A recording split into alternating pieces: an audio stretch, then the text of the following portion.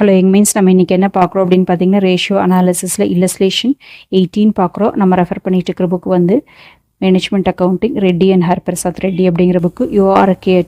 So 18th பார்க்கலாம். You are given the following information: cash 18,000, debtors 1,42,000, closing stock 1,80,000, bills payable 27,000, creditors 50,000, outstanding expenses 15,000, tax payable 75,000. Calculate the current asset, liquid asset, absolute liquid asset. So இந்த மூணையும் கேட்டிருக்காங்க. எப்படி போடுறது அப்படின்னு பார்க்கலாம். Formulas தெரிஞ்சது அப்படின்னா உங்களுக்கு போடுறது ஈஸியாக இருக்கும்.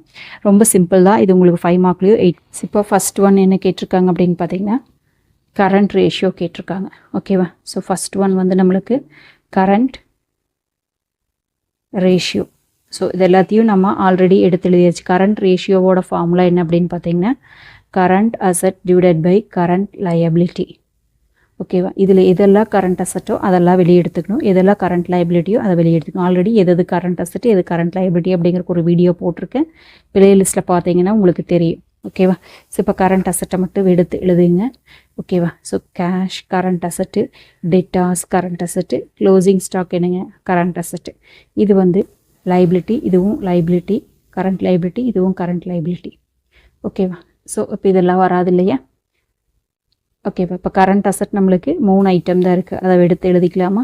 Current asset equal to cash plus debtors plus closing stock. So current asset எவ்வளோங்க? அப்போது 18,000 plus debtors 1,42,000 plus closing stock 1,80,000. So இந்த ரேஷியோவும் ஃபார்முலாவும் தெரிஞ்சால் போடுறது ஈஸி நம்மளுக்கு. So 18,000 plus 1,42,000 plus 1,80,000. So இப்போ என்ன வருதுங்க? 3,40,000 வருது. ஸோ இப்போ நம்மளுக்கு ஒரு ஐட்டம்ஸ் தெரிஞ்சிருச்சு. என்னங்க? 3,40,000 கரண்ட் அசட் அப்படிங்கிறது தெரிஞ்சிருச்சு. ஓகேவா? ஸோ இனி என்ன கண்டுபிடிக்கணும்? நம்ம கரண்ட் அசட் கண்டுபிடிச்சிட்டோம். இனி வந்து கரண்ட் லயபிலிட்டி கண்டுபிடிக்கணும். இதில் எதெல்லாம் கரண்ட் லைபிலிட்டி அப்படின்னு பாருங்கள். Bills payable current liability, creditors current liability, outstanding expenses current liability, tax payable அதுவும் நம்மளுக்கு கரண்ட் லைபிலிட்டி. ஸோ அவ்வளோதான். அப்போ அதெல்லாம் டோட்டல் பண்ணிடலாமா? ஸோ பில்ஸ் பேயபிள் எவ்வளோ இருக்குதுங்க? 27,000 இருக்குது. ப்ளஸ் கிரெடிட்டார்ஸ் 50,000 இருக்குது. ப்ளஸ் அவுட்ஸ்டாண்டிங் எக்ஸ்பென்சஸ் 15,000 இருக்குது. Plus tax payable 75,000. டோட்டல் பண்ணிடலாமா? 27,000 ப்ளஸ் 50,000 ப்ளஸ் 15,000 75,000. இப்போ 1,67,000 வருது. So current liability 1,67,000. ஸோ இப்போ நம்மளுக்கு 2 ஐட்டமே தெரியுது. இப்போ ஃபார்முலாவில் சப்ஸ்டியூட் பண்ணிடலாமா? அப்போ current ratio equal to current asset divided by current liability. current asset எவ்வளோங்க? 3,40,000. current liability எவ்வளோங்க? 1,67,000. 3,40,000 divided by 1,67,000 என்ன வருதுன்னு பார்த்தீங்கன்னா 2.035 வருது. ஓகேவா? 2.036 டைம்ஸ். ஓகேவா? அப்போ current ratio equal to 2.036 times அப்படிங்கிறத நம்ம எடுத்து எழுதணும். அவ்வளோதான். ஓகேவா? இப்போ ஒன்று கண்டுபிடிச்சிட்டோமா?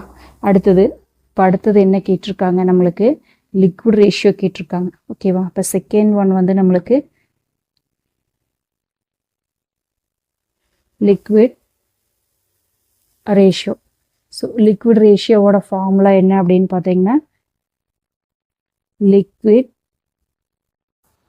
Assets divided by current liability. ஓகேவா? ஸோ இப்போ லிக்விட் அசட் என்ன அப்படின்னு எழுதிக்கலாம்.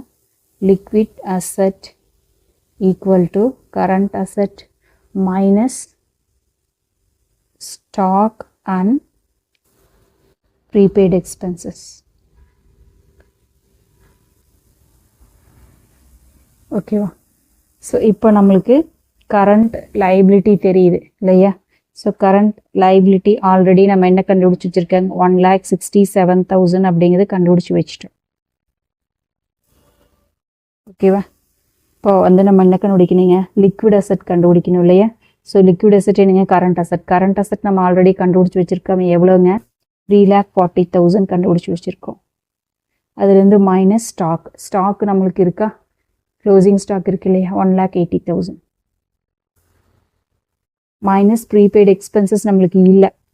ஓகேவா? ஸோ அதனால் இதை மட்டும் போட்டால் போதும். அப்போது 3,40,000 மைனஸ் 1,80,000. இப்போ என்ன வருதுங்க, 1,60,000 வருது. So liquid asset equal to 1,60,000. ஓகேவா? ஸோ இப்போ நம்மளுக்கு கரண்ட் லைபிலிட்டியும் தெரிஞ்சிருச்சு, லிக்விட் அசட்டும் தெரிஞ்சிருச்சு. நீ ஃபார்முலாவில் சப்ஸ்டியூட் பண்ணிடலாமா? லிக்விட் ரேஷியோ ஈக்குவல் டு, ஒவ்வொரு தடவையும் நீங்கள் ஃபார்முலா எடுத்து எழுதுங்க, liquid asset divided by current liability. அப்போ தான் நம்மளுக்கு மெமரைஸ் ஆகும். லிக்விட் அசட் என்னங்க, 1,60,000 டிவைடட் பை 1,67,000. ஓகேவா? 1,60,000 டிவைடட் பை 1,67,000 அப்படிங்கும்போது என்ன வருது அப்படின்னு பார்த்தீங்கன்னா 0.96 வருது. 0.96. அப்போது லிக்விட் ரேஷியோ ஈக்குவல் டு 0.96 அப்படிங்கிறது எடுத்து எழுதணும். அப்சல்யூட் லிக்விட் ரேஷியோ அப்படின்னா கேஷும் பேங்க் அமௌண்ட்டும் ப்ளஸ் மார்க்கெட்டபிள் செக்யூரிட்டிஸ் எடுத்துக்கிறோம் டிவைடட் பை கரண்ட் லைபிலிட்டி. இப்போ கரண்ட் லைபிலிட்டி ஆல்ரெடி நம்ம கண்டுபிடிச்சிருக்கோம் இல்லைங்களா? என்ன கண்டுபிடிச்சிருக்கோம் அப்படின்னு பாருங்கள், 1,67,000 அப்படின்னு கண்டுபிடிச்சிருக்கோம். ஸோ கீழே இருக்கிற ஐட்டம் தெரிஞ்சிருச்சு. ஓகேவா? ஸோ அடுத்தது cash and bank balance. Cash 18,000 இருக்குது, மார்க்கெட்டபிள் செக்யூரிட்டிஸும் பேங்க்கும் இல்லை. ஸோ அப்போ அதனால் கேஷ் மட்டும் நம்ம என்ன எடுத்து எழுதிக்கலாமா, கேஷ் ஒரு 18,000 இருக்குது. இப்போ ஃபார்முலாவில் சப்ஸ்டியூட் பண்ணிடலாமா, absolute liquid ratio equal to 18,000 divided by 1,67,000. ஓகேவா? போடும்போது என்ன பாருங்க, 0.107 வருது. ஸோ ரவுண்ட் ஆஃப் பண்ணி 0.11 போட்டு, அப்போ absolute liquid ratio equal to 0.11. ஓகேவா? ஸோ இந்த வீடியோ உங்களுக்கு பிடிச்சது அப்படின்னா லைக் பண்ணுங்கள், ஷேர் பண்ணுங்கள், சப்ஸ்கிரைப் பண்ணுங்கள். தேங்க்யூ ஃபார் வாட்சிங். Have a healthy day.